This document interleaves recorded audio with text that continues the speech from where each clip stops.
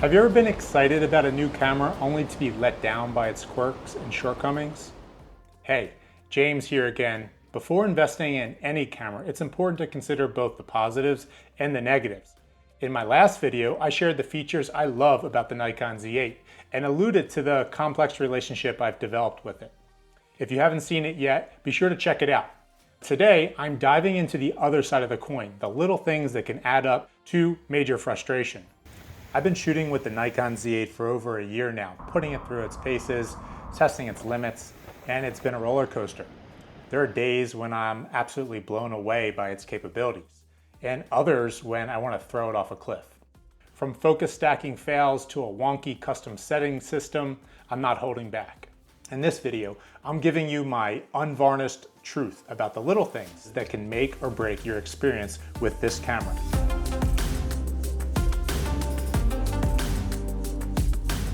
After the Z8 came out, many of the supposedly unbiased reviews sponsored were practically drooling all over the Z8 just because it was the latest new shiny tech. But when the Z8 specs were released, I was underwhelmed. My 6-year-old D850 and 4-year-old Z7 had many of the same specs and unbelievably were even better in some ways. I mean, seriously, Nikon, after 6 years, lower dynamic range?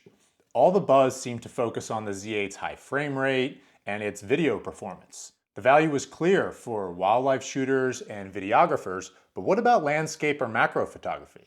There were some nice to have features, but at first glance, it felt like Nikon added nothing substantial to what I already had in my Z7 and D850.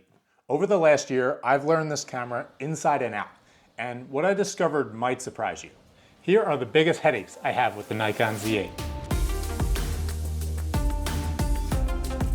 Our last video on the things I love about the Z8 finished off with praising the Z8's custom settings. But even though it's nice to have 4 labeled modes, there are a few things that frustrate me. Firstly, there's no physical button to switch the modes.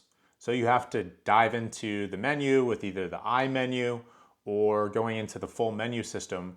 And there's actually 2 settings that you need to change to toggle all of the settings. It also means that you have to look at the screen and go through multiple button presses. This wastes precious time and can be annoying when you need to switch quickly. It kind of defeats the point to some extent. In contrast, the Z7 had a physical mode dial, which makes it much more convenient. However, there are limitations to what can be saved and changed within the Z7's custom modes. A superior approach is found on my OM1, offering not only a physical mode dial, but also hard saves instead of the Z8's bookmark system. Nikon's custom modes use a bookmark system instead of a hard save. A bookmark saves the last used settings, so when you switch back to that mode, it recalls those settings. This can lead to tons of unexpected results if you forget what changes you made. Photographers who frequently switch between different shooting scenarios and want to quickly recall the last used settings prefer the bookmark system. On the other hand, a hard save locks in a specific set of settings. So even if you make changes, switching back to the mode restores the original settings. Photographers who prioritize predictability and want to ensure that their settings remain consistent across sessions will probably prefer that hard save. The A7R5 and the EOS R5 both use hard saves, as does my OM1. Now, I have tried to come up with some workarounds. The first is that Nikon does offer a recall function feature, which you can reprogram to one of the FN buttons. It instantly toggles a preset group of settings, and I've set that for each one of the modes. But it is yet another bookmark of settings, not a hard save. So if you hit the button to recall and then make any changes, those changes are saved the next time you use the recall function. The other option is to save all of your settings for each mode in the menu, and then reload those settings to ensure everything is back to where you want it. Doing this before going out on a new shoot is good practice and not a big deal, but doing it out in the field in the moment is way too time consuming. Ultimately, there's no better system, but I definitely prefer the peace of mind of hard saves and wish Nikon would offer us that. One of the things I was most upset to hear when the Z8 was released is that the dynamic range on the Z8 is actually worse than the Z7 and D850, and definitely not as good as the Sony a7R V, which continues to improve. This is a significant drawback for landscape photographers who need every little bit of that extra detail in the shadows and highlights. In reality, the differences between the Z8 and the Z7 are small, but I really would have expected an increase over the 6-year-old D850. I think this has something to do with the fact that Sony used to make Nikon sensors and they're no longer doing that, but if you know the specifics, please drop them in the comments. That same lack of sensor innovation is true when it comes to the resolution. The Z8's 45 megapixel sensor, while sufficient for most situations, fails to advance the resolution offered by its 6-year-old predecessor, the D850. In contrast, the Sony a7R V boasts a significantly higher resolution of 61 megapixels, offering greater detail and flexibility for cropping and large prints. And remarkably, that 61 megapixel resolution was available in the a7R IV released back in 2019. Similarly, the focus stacking capabilities are the same as the 6-year-old D850, while newer cameras like the Olympus OM1 have much better features. For instance, the OM1 allows you to trigger the stack with a physical button, perform in-body stacks where the images are actually stacked and merged in camera, and allow you to see the stack blackout free as it's being taken, which helps with handheld stacks and saves a lot of wasted photos. The OM1 even has a focus assist feature, which helps you keep your framing during the stack. To trigger an automated focus stack on the Z8, you need to dig into the menu. It's a real pain. You can't even set up a custom button, like one of the FN buttons, to trigger it. And while the Z8 does have blackout-free shooting, it doesn't work during the automated focus stacking. The viewfinder or LCD just goes completely black. And this means that automated handheld stacks are almost impossible with the Z8. And because you can't see the focus progressing through the frame, you also can't stop it when you have enough frames in focus. So you end up with a ton of extra frames, more time spent in Lightroom. We should be able to do things like set the near and far focus points, features that were available in the Helicon Remote app from over a decade ago. We should be able to set a custom button to trigger it on the outside of the camera. And blackout-free shooting is only good if you can actually use it when you need it, like during a focus stack. The lack of innovation is one of the reasons why droves of macro photographers are making the switch to setups like OM Systems and Fuji. Yes, the Z8 screen does tilt horizontally and vertically, which is better than the Z7 and D850, but it's long overdue for a fully articulating screen. I often find myself in shooting scenarios where I can't position the screen as needed. Even a simple vertical tilt is limited to one direction. Cameras like the Canon R5 and the much cheaper OM1 offer better screen articulation, flipping out and rotating forward. Now this is something that's just hard to get around. The Z8 is heavy and big compared to the Z7. So packing it and lugging it around is a bit of a pain. It's about the same size as the D850, despite being mirrorless, which kind of defeats one of the main benefits of being mirrorless. Yes, it does feel good in the hands, it has good ergonomics, especially if you have larger hands, but I really miss the small form factor of the Z7, so much so that it's still my go-to on longer hikes. Depth of field preview has been around in Nikon cameras for a very long time, maybe half a century at this point.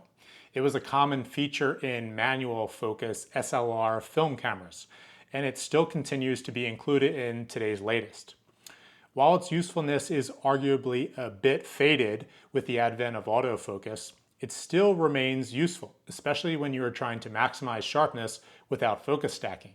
We have to remember that the preview we see through the viewfinder and rear LCD is limited to a maximum aperture of f5.6.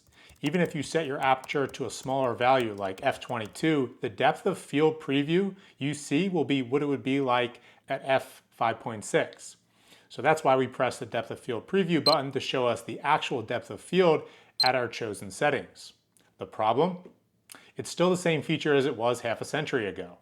And one big glaring miss on Nikon's part is the inability to use the depth of field preview while zooming. When you press the depth of field while zoomed in, the view resets to a normal zoom. You might think there's some sort of engineering limitation, but guess what? It works just fine on my $2,000 cheaper OM1. One workaround is to flip to video mode, where the depth of field preview follows your settings and isn't limited to f5.6. And you can zoom in. There in video mode, you find the right aperture and focus for your scene, and then flip back to stills mode. Dial in that aperture and take the photo. It's clunky, but it works if you have the time. On the D850, you can preview depth of field while zoomed in stills mode, even without pressing the depth of field preview button, similar to how the Z8 works in video mode. And I believe it's the same with the Sony and Canon. What you see on the LCD matches your settings. This one is similar to the last and just as annoying. It's a perfect example of a good idea executed poorly. The split screen feature has been around since the Nikon D500 and D850 days, but went mostly unnoticed. When I first discovered it, I was very excited about what it promised to do for getting front to back sharpness from the foreground to the background. You can see zoomed in boxes in both the foreground and background simultaneously. Great. Theoretically, this would allow you to achieve hyperfocal focus, avoid diffraction, and determine if focus stacking is even necessary. However, in practice, how Nikon has implemented it makes it almost unusable. Firstly, it only works in vertical portrait orientation. What? Why? When in landscape mode, the two boxes move together, so you cannot independently put one on the foreground and one on the background. Secondly, just like when you are zoomed in and not in split screen view, depth of field preview doesn't work during this mode. Ouch. Lastly, the biggest problem is that you cannot adjust settings during the split screen view. You can only change the focus point, but not your aperture. Sad. A totally missed opportunity. Wait a minute, in the last video on the things I love about the Z8, didn't I say the Z8's viewfinder was significantly improved? Well, yes, the Z8's viewfinder is brighter and faster, but its resolution is the same as the 4-year-old Z7. It lags behind the Sony and Canon equivalents that I've had the chance to use and appreciate. And that lower resolution actually makes a difference. One benefit of an electronic viewfinder is the ability to zoom in. But if the resolution is low, it's hard to tell if it's the lack of resolution, or if it's out of focus, or something else making your subject blurry.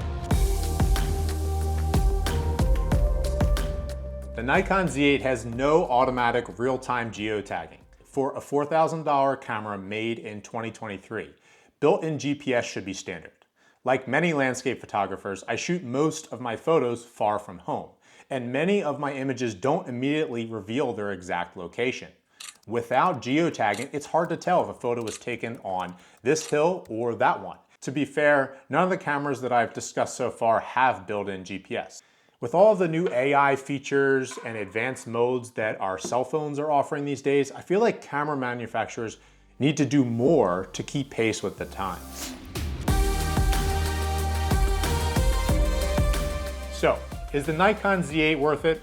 Well, after a year, it's become my primary camera. It's like a hybrid of my beloved D850 and the Z7 with a few extra tricks. But let's be real, when those specs first dropped, I was underwhelmed, and to some extent, I still am. The Z8 is a fantastic camera, don't get me wrong, but it's also a bit of a letdown. It feels like Nikon took their flagship Z9, a camera designed for action and wildlife photographers, and simply stripped away a few features to create the Z8. Before this, there was more of a marked difference between the more landscape photography-oriented line of Nikon cameras and the full-body top-tier line more oriented around the event and wildlife photographers. the Nikon D6 to the D850, the D5 to the D810, the D4 to the D800, and so on. While we landscape photographers felt lucky to get some of that pro-level tech, it's not enough. At $4,000, we deserve more than just hand-me-downs. Sure, the overly rotund size, lack of GPS, and mediocre viewfinder resolution are annoying, but they're not deal breakers. What grinds my gears are the core features I rely on as a nature photographer. That focus stacking feels ancient, as does dynamic range, the lack of fully articulating screen, the missing ability to use the depth of field preview while zooming, and that missing custom mode dial. Well, let's just say it makes me appreciate my Z7. For me, it's not a perfect landscape camera. It's time for Nikon to step up and give us landscape photographers the features we truly need. If you're not willing to compromise on these features, there are other options worth considering. If budget and portability are your top priorities, and you're mainly shooting landscapes in daylight, the Z7 or Z7 II is a fantastic value. And don't sleep on the D850. It's a tank with incredible battery life, backlit buttons, and many of the same features as Nikon's latest offerings. But if you need speed, shoot video, or crave those little refinements that add up to a meaningful difference, the Z8 might be for you. The high frame rate and autofocus are still useful for landscape and macro, and those little things do add up to create a more enjoyable, professional, and successful shooting experience. What do you think? Have you experienced similar frustrations or discovered any hidden gems that I didn't cover? Share your thoughts and questions in the comments below. It's not all bad news for the Nikon Z8. In my last video, I cover all the things I absolutely love about this camera. If you found this review helpful, please give it a thumbs up and subscribe for more in-depth reviews and tutorials. Thanks for watching, and I'll see you in the next video.